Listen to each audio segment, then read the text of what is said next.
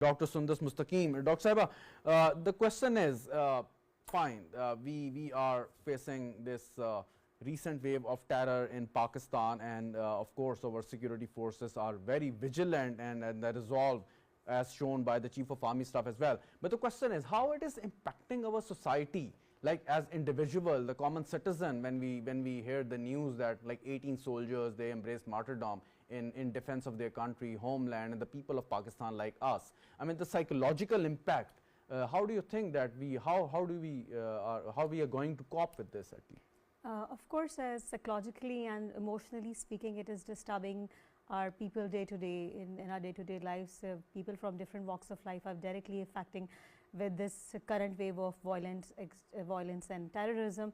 And unfortunately, since 2001, we are at the worst position among all the South Asian region, in this whole region and among all the countries. Pakistan is unfortunately on top, that is directly affected with this wave of violence.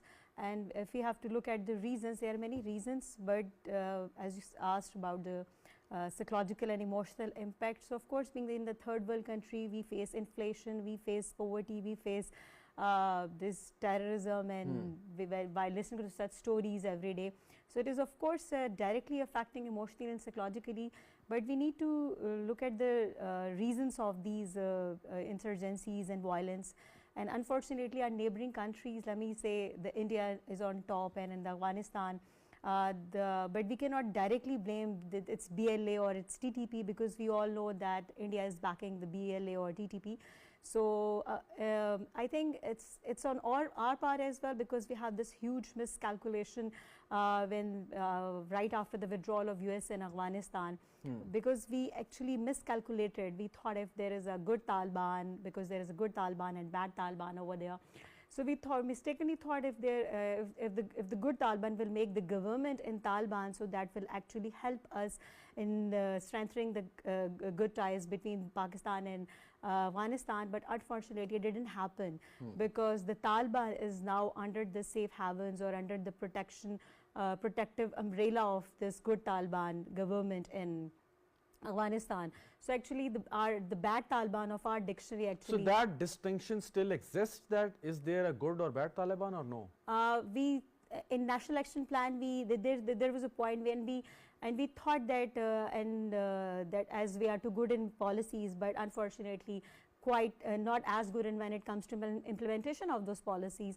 So we thought to just get rid of these Talibanization, either it's good or bad.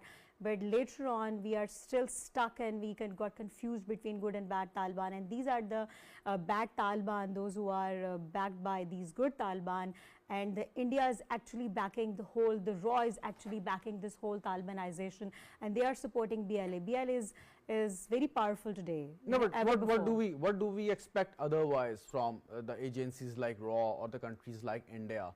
I mean, they would do the same. They don't want, of course, they did the same in the past, and they would do exactly the same in future. I mean, this is our responsibility, how we can cope or deal with such a threat, knowing that the enemy is right, around the corner. They're continuously doing, because they can't see Pakistan in a stable position. They can't see our good relations with China. They can't see our good relations with USA. So now they always got used to get insecure that how Pakistan can develop good relations with both China and USA both at the same time. Right. So they can't see the stability in this country, and as soon as we see this prosperity and stability, so they actually back BLA. But one thing that you extensively observed what was happening in this part of the world, and with the withdrawal of the US-backed international forces from Afghanistan and the Doha Agreement, in which the Taliban, they made a solemn pledge that they would not allow any non-state actor use their territory to be used against another country. But at the same time, they had a lot of help from Pakistan. Like Pakistan facilitated those dialogues. Pakistan released, a key Taliban operatives which were in Pakistani presence, so that the dialogue process should continue. But what we got in return, because we mistakenly thought that it would be a conversation that was and a dialogue. mistake. because there is no dialogue. There would be no dialogue and conversation and communication with Taliban, because I personally believe the military operations now is the only solution to deal with this Talibanization, because we have already tried at level best to have good communication and conversation with the Taliban. But what happened actually? No, but we can have a full scale military operation, intelligence based military operation within our territory, but we can only make surgical strikes or attacks inside another territory or any other country's territory, because which we did in Afghanistan. Yeah. But how can we go for a full-scale military operation in another territory? We cannot. I'm not saying that we are supposed to go with a full-scale military operations, but through military operations is the only solution to cater this Talibanization and this violence across the borders. Because again, we mistakenly thought that if there would be a fencing between Afghanistan-Pakistan border, so there was not and we thought that our checkpost and our army personnel at the border now in the safe zone. But again, there was a miscalculation. But what happened? They had target killings, and they had that snipers attacking and killing our soldiers across the border because of this fencing. So actually our fencing was our miscalculation. The Taliban government would be a good supportive government was our miscalculation. So the conversation and the dialogue, this is not the good Taliban scale. I think we cannot continue to do this conversation, but military operation is the only solution. Only solution. Jalsa, military action is the only solution to get rid of this threat, as Dr. Sundus just alluded to. So, Dr. Sundus, I mean, if you say that we should talk and negotiate with Taliban regime in Afghanistan, I mean, are we fooling ourselves, or is there any hope that they would listen to us and act upon or fulfill the promises they made to the rest of the world along with us? Well, I would say, Mr. Shazad, that hope is not a strategy.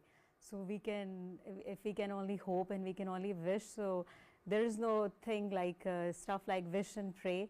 So we have to, as Mr. Raza, I totally agree with Mr. Raza that we already won this war, as we have lost 90,000 men in this war against terrorism, and not just men, so we have no lost our women and kids as well. So there is no room for negotiation. There is no point of negotiation, because you already failed in having this good conversations because of all in the name of courtesy or having this friendly ties. So I think as we already, that's interesting. I mean, two civilians in my show, and they are opposing negotiation, and there's one military man who is actively and wholeheartedly saying that negotiation is the only way forward. Because we have witnessed and we have been the victim of this in the name of negotiation and conversation and having this good communication skills. So I guess we have been so courteous, I would say, that we still, if we still hope, vision phrase, as I just said, that hope is not a strategy. So we need to make this perfect strategy how to cater this terrorism and violence coming directly from our neighboring countries, from across the borders. So we are not facing this from India's side, but we are also facing, unfortunately, from our neighboring country, brother country, and a Muslim country, Afghanistan side. And since the withdrawal of USA, because there was no proper strategy at that time at the when USA was at the withdrawal, because they didn't take us as the stakeholder. Pakistan was supposed to be the perfect stakeholder.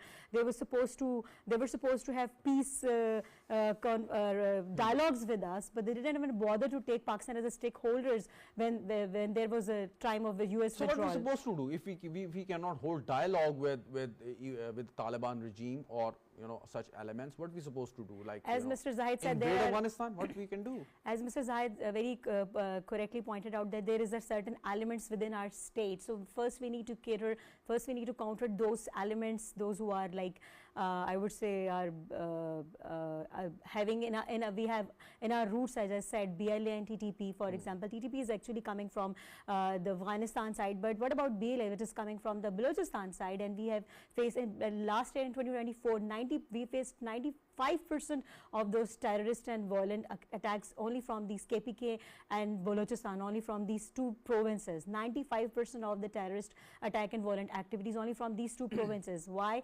Because India is RAW is supporting BLA, and bad Taliban are actually supporting the TTP. 330 and 225 people, they individually killed 330 and 225 people just in 1 year in 2024. And unfortunately, this is the same scenario. We didn't want APS to happen again. We don't want 2015 to come again. So this is the same strategy that they followed actually in 2015. So you don't want all these things to happen again in 2025, God forbidden.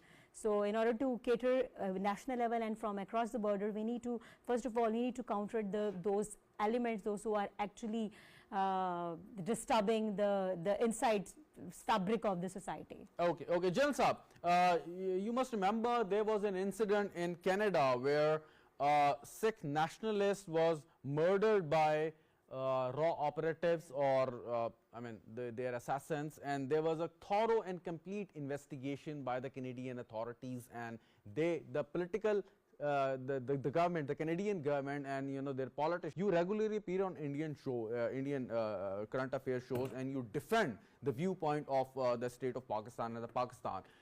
But how blatantly they speak lies, Indian anchors, Indian analysts, and they don't feel any shame what they say.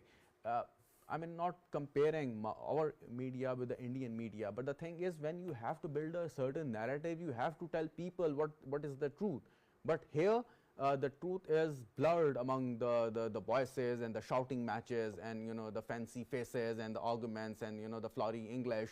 So how do you think that our media can cope with this, and what the responsibilities of media in the face of this threat? Not only media, but at the state level. That's very shocking and surprising that we have all the products to sell against media, against India, but we don't sell actually.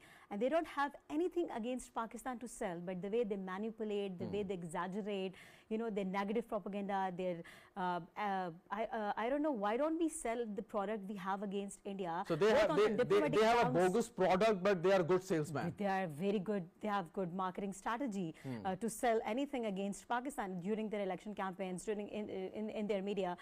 But we don't have over here in Pakistan, though we have every proof against India, but both at the diplomatic ground, in the media scenario, we don't sell, we don't present the truth in front of the world that this is what India is doing, both in Kashmir and in Pakistan actually, in terms of target killings. You know, now the India's face is open in front of the whole world, because after Pakistan they started target killings in Canada, and even they planned the target killings in USA, New York as well. So what's left behind? Now the world has all the proof against India's target killings, but still I don't know, the Kulbhushan, the Abhinandan, the India's target killings, everything is in front of the world. So I think we need to sell, we need to tell the world, we don't need to sell anything actually, we just need to tell that this is the real face of the India, what they are doing in Kashmir and in Pakistan in terms of target killings and in terms of this violence and terrorism. Tell it in a way that world understands. They just understand, but they don't do what they're supposed to do. Okay, right. Thank you very much, Dr. Sundus Mustaqim, for joining us in the studio. Thank